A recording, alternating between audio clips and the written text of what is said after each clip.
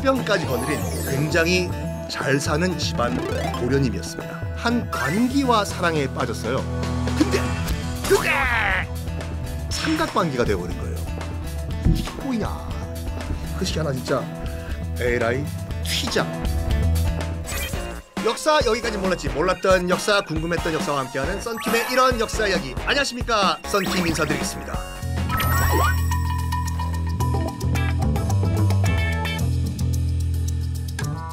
너 지금 뭐 하는 거래? 이방어이, 니 지금 뭐 하는 검? 나름 부산 사람인 저 썬킴이 함경도 사투리를 써봤어요. 제가 이 말씀을 왜 드리냐면, 모든 이성계에 관련된 그 드라마나 영화 보면 이성계가 오바로 함경도 사투리 쓰잖아요. 걸으면 안 돼. 뭐 하는 거야? 제가 좀 연구를 더 많이 오겠습니다. 이상하잖아요, 여러분들. 전주 이씨예요. 이성계는 전주 비빔밥 한옥마을. 근데 전주 이씨인 이성계가 왜 이런 말을 쓸까 궁금하지 않으셨습니까? 도대체 어떤 루트로 뭘 했길래 이성계는 함경도 사투리를 쓰게 됐나? 오늘은 그 얘기를 한번 해보겠습니다. 융룡이 나르샤 아시죠? 해동 융룡 6마리 용.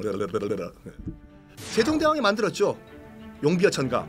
용비어천가가 뭐냐면 자기 아버지 태종 이방원부터 6대조 할배까지를 6명의 용으로 그린 거예요. 융룡. 해동에서 정말 빛을 발하는 영웅 같은 6마리의 용이 조선을 건국했다.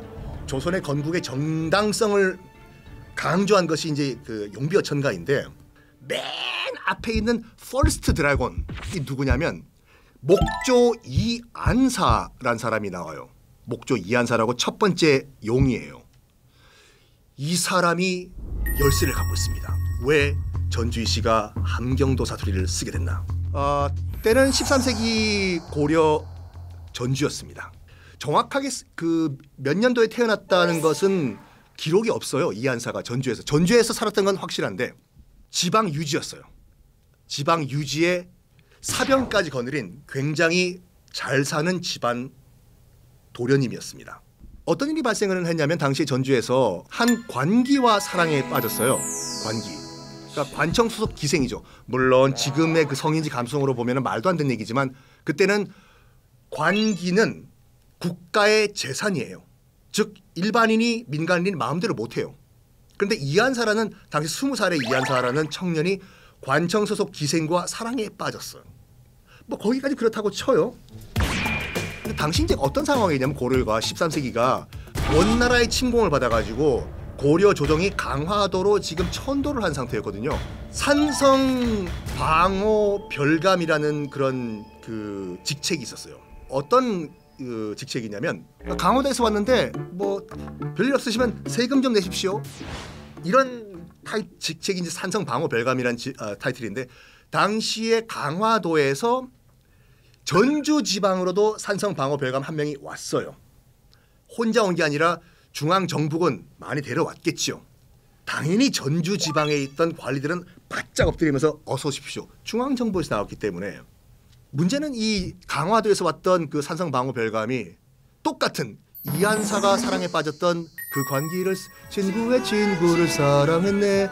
이 국가의 재산을 사랑하는 이름이 뭐라고? 이안사라고 합니다. 올해 몇 살? 20살입니다. 내가 지금 저런 애송이랑 지금 기록에 따르면은요 둘이 그 관기를 놓고 멱살 잡고 싸웠다고 나와요. 멱살 잡고. 당시 전주 지역을 담당하고 있던 행정관에게 얘기를 해요. 쟤 처벌 좀 하라고. 처벌하라고. 근데 처벌을 못 해요. 왜? 당시는 그 원나라 몽골과 지금 전쟁을 벌이던 시기였기 때문에 지역 유지들이 사병을 거느리고 있었거든요. 당연히 이안사 집안도 사병을 거느리고 있었어요. 그 규모가 막강했어요. 전주 지역군 가지고는 안 돼요, 이게요. 저기 산성방어 별관님, 저 이안산의 아버지가 좀 약간 사병들이 많아가지고 우리 차원에서는 안 되겠는데요. 이 산성방어 별감이 격분해요. 전화 갖고 와. 당시 전라도 안렴사라는 타이틀인데 안렴사가 지금으로 치면 도지사거든요. 도지사한테 전화해요. 나 강화도에서 온 산성방어병감인데 전라도 도지사 지금 도 차원에서 이한사란 죄 잡아서 처벌하라고. 이제 급이 달라진 거예요. 전주 지역에서는 어찌어찌 해보겠는데 이한사가 도군이 내려오는 거예요. 큰일 났다 이거 어떡하냐 하다가 에라이 튀자 해요. 야반 도주를 하는데 기록에 따르면 170호가 이한사를 따라서 전주를 떠났다고 해요. 거의 1000명이 따른 거거든요. 그걸 봤을 때는 굉장히 카리스마가 있었던 청년인 건 확실해요. 그래가지고 전주를 떠나가지고 어디로 가냐면은 삼척으로 가요. 강원도 삼척으로. 왜? 그 이한사 외갓댁이 그 삼척에 있었거든요. 배 타고 가요. 배 타고 이렇게 삼척에 도착을 해요. 그때도 그 왜구들이 출몰을 하던 때였기 때문에 그 삼척에서도 많은 피해를 봤거든요. 이한사가 목선 군함을 만들어가지고 왜구와 수전을 펼치면서 왜구를 물리치고 나름대로 삼척에서 라이징 스타가 됐어요. 이한사는 이제 안심했겠죠. 여기서 우리 털을 한번 거시기 잡아보자. 어이? 근데 강원도 안념사, 강원도 도지사 새로 누가 부임을 해온대요. 당연히 이제 삼척에 있던 이한사도 궁금했겠죠. 아따 거시기 지금 여기 도지사가 새로 온다고 하는데 한번 우리 얼굴이나 한번 구경 가보자. 딱 보니까 누구냐면 자기랑 싸웠던 그 산성 방어 별관이 승진해가지고 강원도 도지사로 온 거예요. 뭐야? 거시기 하나 진짜. 어쩌스까이. 아직 못 봤어요. 새로 온 도지사는 이한사가 여기 삼척에 있는 거. 야야 고개 숙여 보이면 안 된다. 뭐하냐? 튀자. 어디로 튀냐? 당시 동북면이라고 있었는데 지금의 원산, 법적으로는 고려 땅이었지만 실질적으로는 원나라가 지배하고 있던 땅이었어요. 전주에서부터 같이 왔던 1000명의 이 주민들 어차피 이렇게 주거나 저렇게 주거나 가겠습니다 해가지고 삼척에서 또 배를 타고 지금의 함경도 원산지방까지 올라가서 정착을 해요. 그런데 원나라 측 관리가 와요. 그러면서 뭘 제안을 하냐면 이한사 보고 나 지금 원나라 관리인데 원나라한테 항복하라고. 항복하면 관리 자리 하나 줄게. 이런 말을 했다는 것은 딱 사료에 나와 있는데 거기서 우리가 뭘 추론할 수 있냐면 이한사가 끌고 간 세력이 이게 그냥 별 볼 일 없다고 하면 원나라 관리가 갈 필요도 없고 그냥 밟아버렸겠죠. 어디 오냐고 나가 이건데 협상을 한 거잖아요. 항복하라. 항복하면 원나라 관리 타이틀 주겠다. 이 말은 그만큼 세력이 막강했다는 걸 우리가 추론할 수가 있어요. 결국에는 원나라의 벼슬자리를 받습니다. 그로부터 100년이 흘러요. 아예 그냥 거기 토박이가 돼버려요. 원나라 동북면에. 이자춘이란 인물이 등장을 해요. 이자춘은 누구냐? 이성계의 아버지예요. 친아버지.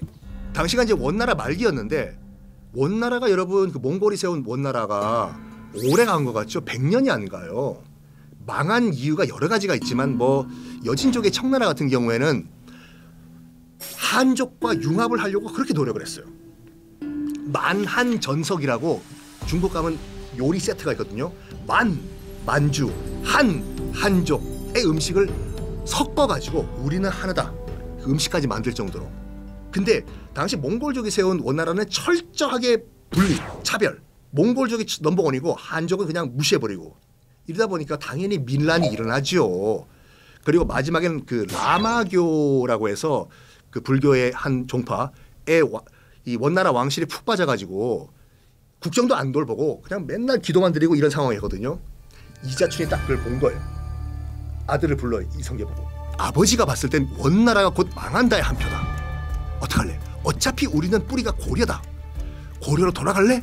네 아버지 돌아가겠습니다 해서 고려로 돌아가서 일단 당시 왕이었던 공민왕을 만나요. 그 당시 그 동북면이 이제 쌍성 총관부라는 행정구역이 된 상태였거든요. 쌍성 총관부가 붙으면 뭐냐면 다른 지역을 통치하기 위해서 약간 총독부 같이 둔 거예요. 조선 총독부 같이. 이자춘과 이성계 부자가 공민왕을 찾아가서 대왕 지금 저희가 쌍성 총관부라는 원나라 행정구역을 지금 담당하고 있는데 이거를 고려에게 바치겠습니다. 저희의 귀환을 허락해 주십시오. 공민왕은 오케이. 돌아가 있거라. 내가 그러면 신호를 줄 테니까 그때 고려군과 협공을 해가지고 쌍성 총관부를 탈환하자. 네, 알겠습니다. 해서 공민왕과 이자춘과 이성계가 힘을 합쳐가지고 쌍성 총관부를 탈환합니다. 그 공을 인정받아가지고 이자춘과 이성계는 고려로 다시 돌아오는데, 여러분들이 드라마나 TV 보면은 이성계 역할을 하는 뭐 유동근 씨가 주로 그러죠.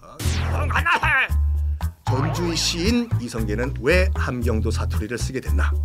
그거는 1250년경 전주에서 사랑에 빠졌던 목조 이안사 때문이었다. 여기까지입니다. 여러분들 방송 재밌게 시청하셨다면 여러분들의 소중한 댓글 올려주시기 바랍니다. 여러분, 썬킴의 이런 역사 이야기, 다음번엔 저 썬킴이 함경도 사투리 좀 더 연습해서 오겠습니다. 다음 시간에 만나요.